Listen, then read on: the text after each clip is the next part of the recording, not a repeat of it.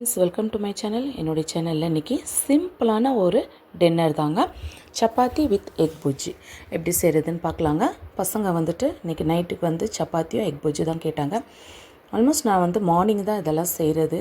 எப்போவுமே காலையில் செய்கிறது. காலையிலே செஞ்சுட்டு லன்ச் பாக்ஸ்க்கும் பேக் பண்ணிக்கலாம், மார்னிங் பிரேக்ஃபாஸ்ட்டும் எடுத்துக்குவாங்க. சரி, இன்றைக்கி பசங்க வந்துட்டு நைட்டுக்கு கேட்டிருந்தாங்க டின்னருக்கு.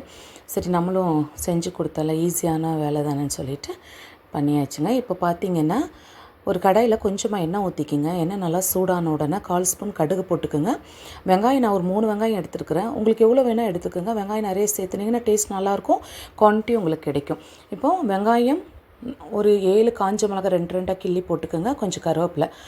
அந்த வெங்காயத்துடைய நிறம் மாறி வர வரைக்கும் நல்லா நம்ம ஃப்ரை பண்ணணும் வெங்காயத்தை. வெங்காயம் நல்லா ஃப்ரை ஆன உடனே இப்போ நான் வந்து ஒரு 5 முட்டை எடுத்துருக்கிறேன். நீங்கள் வந்து உங்களுக்கு எவ்வளோ வேணுமோ அந்த அளவுக்கு நீங்கள் சேர்த்திக்கலாம். அதுக்கப்புறமா முட்டை உடச்சி ஊற்றின கடைசியில் கொஞ்சமாக உப்பு சேர்த்திக்கிங்க. உப்பு சேர்த்திட்டு லைட்டாக மஞ்சத்தூள் சேர்த்திக்கிங்க. மஞ்சத்தூள் சேர்த்துனா உங்களுக்கு அந்த கவிச்ச வாசம் அவ்வளோ கிடைக்காது.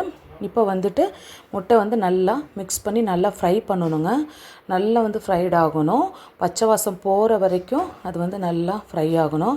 இப்போ பார்த்திங்கன்னா நான் சிம்லேயே வச்சுட்டு நல்லா ஃப்ரை பண்ணிகிட்ருக்கிறேன். பார்த்திங்கன்னா 2 பக்கம் நல்லா கொஞ்சம் திருப்பி போட்டு நம்ம வந்து சிம்லேயே வச்சு கலர்ந்தோன்னா உங்களுக்கு வந்து அந்த எக் வந்து நல்லா ஸ்க்ரம்பிள்டாக கிடைக்கும். நல்லா பச்சை வாசம் போகிற வரைக்குமே முட்டை வந்து ஃப்ரை பண்ணி எடுத்து வச்சிடலாங்க. அப்படியே ஒரு சைடில் பார்த்திங்கன்னா நான் சப்பாத்தியும் ரெடி பண்ணிகிட்ருக்கிறேன். பசங்களுக்கு வந்து அப்படியே சுட சுட சப்பாத்தியும் ஒரு பக்கம் போட்டு கொடுத்துட்டு எக்கும் போட்டு கொடுத்தோன்னா சீக்கிரமாக சாப்பிட்டுக்குவாங்க. 2 சப்பாத்தி சாப்பிட்றது 3 சாப்பிட்டுக்குவாங்க. தக்காளி சட்னியெல்லாம் கொடுத்தா ரொம்ப கஷ்டப்பட்டு சாப்பிடுவாங்க. சரி, பசங்களுக்கும் நீ செஞ்சு கொடுத்தா எக்ஸ்ட்ரா ஒரு சப்பாத்தி சாப்பிட்டாங்கன்னா நமக்கு கொஞ்சம் ஹாப்பியாக தானே இருக்கும்.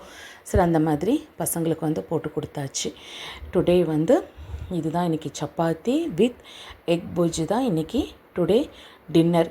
நீங்களும் உங்கள் வீட்டில் இந்த மாதிரி டின்னருக்கு ட்ரை பண்ணி பாருங்கள். இல்லை மார்னிங் பிரேக்ஃபாஸ்ட் கூட பண்ணுங்கள்.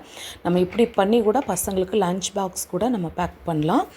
இந்த ரெசிபி உங்களுக்கு கண்டிப்பாக பிடிக்கும்னு நினைக்கிறேன். பிடிச்சிருந்தா லைக் பண்ணுங்கள், ஷேர் பண்ணுங்கள். மறக்காமல் நீங்களும் உங்கள் வீட்டில் ட்ரை பண்ணி பாருங்கள். சேனலுக்கு சப்போர்ட் பண்ணுங்கள். தேங்க்ஸ் ஃபார் வாட்சிங்.